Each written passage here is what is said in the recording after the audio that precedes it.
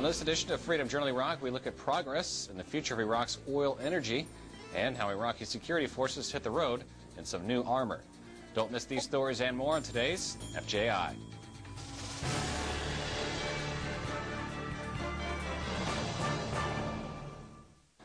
Hello, I'm Air Force Sergeant Braden Smith. Welcome to this edition of Freedom Journal Iraq. Many Iraqis will spend a blistering summer with little or no electricity. The Army Corps of Engineers and the government of Iraq are working to solve the problem by refurbishing power plants and installing new ones throughout the country. Petty Officer Patrick Dilley tells us about the next power plant to come online. Just outside Baghdad, the Musaib gas turbine project is one of the newest facilities to add critical megawatts to Iraq's power grid. We have a refinery that's coming up online, and also the power plants that you see behind me.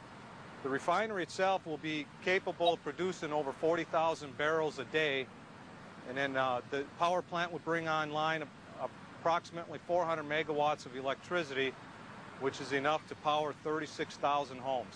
It's a significant amount of power, considering the original condition of the site. At one point, the government of Iraq had all but abandoned construction of this plant.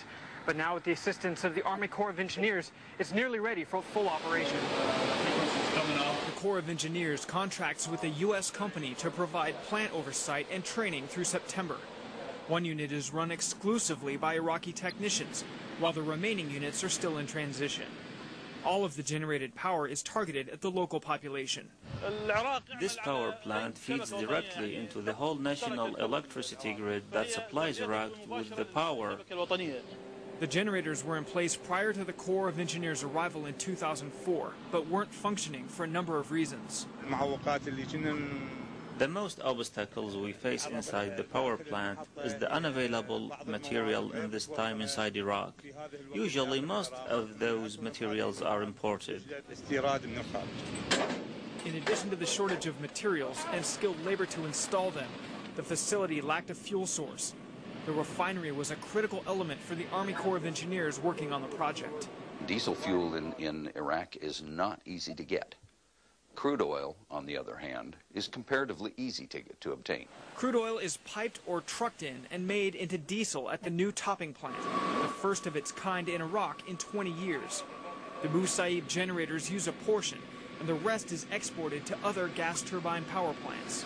There are distinct advantages to the modular design of power generation facilities like this one. Assuming that we can get a hold of the gas turbine engines and the generators and all the connecting equipment that it takes to set one of these up, they're comparatively quick. But at nearly $50 million apiece, they're extremely expensive in relation to their output. 300 meters from the gas turbine plant is an older thermal generation plant that burns crude oil and can still put out 10 times as much power. Just a quantum leap above the gas turbine system. They're cheaper to operate because you're building more megawatts out of probably less fuel. Together, both plants account for about 10% of Iraq's total power generation. Over time, the savings could offset the extremely high initial cost of building thermal plants. Deciding which types of plants to install is an ongoing process between the Corps of Engineers and the Ministry of Electricity. There's still a tremendous amount of work that needs to be done in order to have an electrical grid similar to the one that we have in the United States. The U.S. has already invested $2.5 billion helping Iraq accomplish this goal. The World Bank estimates $27 billion to completely refurbish the system. Petty Officer Patrick Dilley, Musaib. When service members are badly injured, a hospital's blood supply is critical in saving lives. However, in severe quick reaction cases, other scenarios take place. Such is the case at a camp about 74 kilometers west of Baghdad, where service members from the area rushed to help save a life. The call for B-positive blood came in, and they rushed around organizing a walking blood bank while they stabilized an Iraqi policeman injured by an improvised explosive device.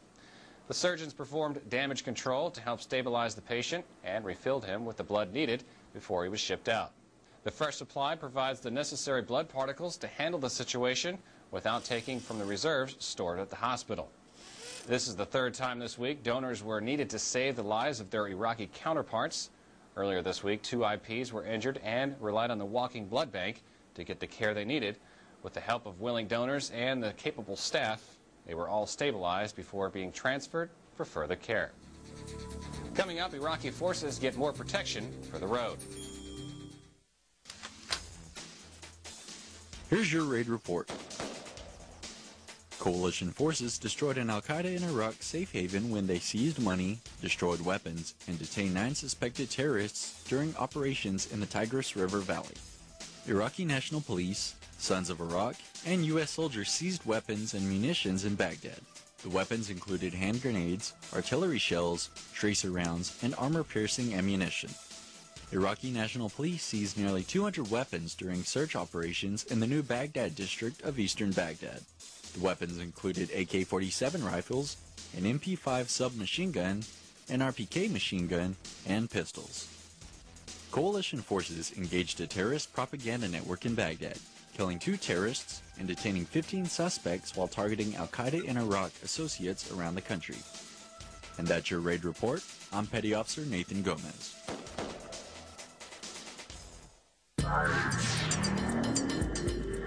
Here are the latest Operation Iraqi Freedom headlines. Iraqi President Talabani met with Vice President Cheney, Secretary Gates, and other U.S. officials in Washington. President Talabani said Iraq and the U.S. are negotiating a proposed strategic framework that assures Iraq's sovereignty, security, and independence. Kurdistan Regional Government Prime Minister Barzani said Kurdish authorities and the government of Iraq have formed a committee to iron out differences over a proposed oil and gas law.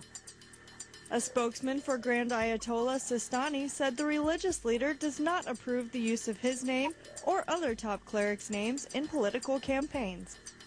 Iraq will send 20 competitors to this year's Beijing Paralympic Games, all of whom have overcome great challenges. Those are your headlines from around the region. I'm Airman First Class Shaylin Jordan.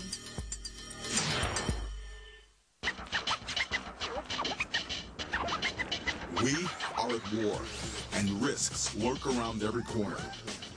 Whether you're off duty or in the field, minimizing unnecessary risk is vital to your mission.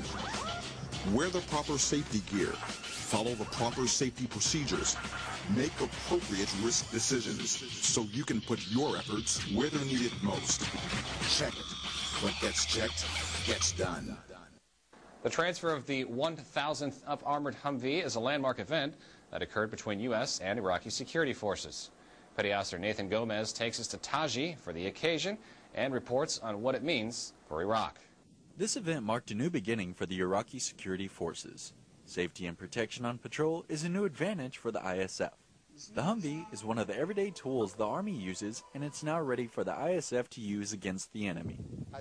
These new capabilities, added to Iraqi armed forces, would help in reaching self-sufficiency, self-dependence, and ending foreign military presence in Iraq. We think that the 8,500 Humvee vehicles provided to Iraqi armed forces will increase their capabilities of tracking down and defeating insurgents. The day wasn't just about the transfer of the 1,000th Humvee, it was also about the most important part of the vehicle, the Iraqi soldiers. These soldiers will now return to their units with their vehicles, capable of driving and maintaining them, and adding, importantly, to the capability of their battalions. To refurbish the Humvees, it took an average of $22,000 to get the vehicles back in proper working order.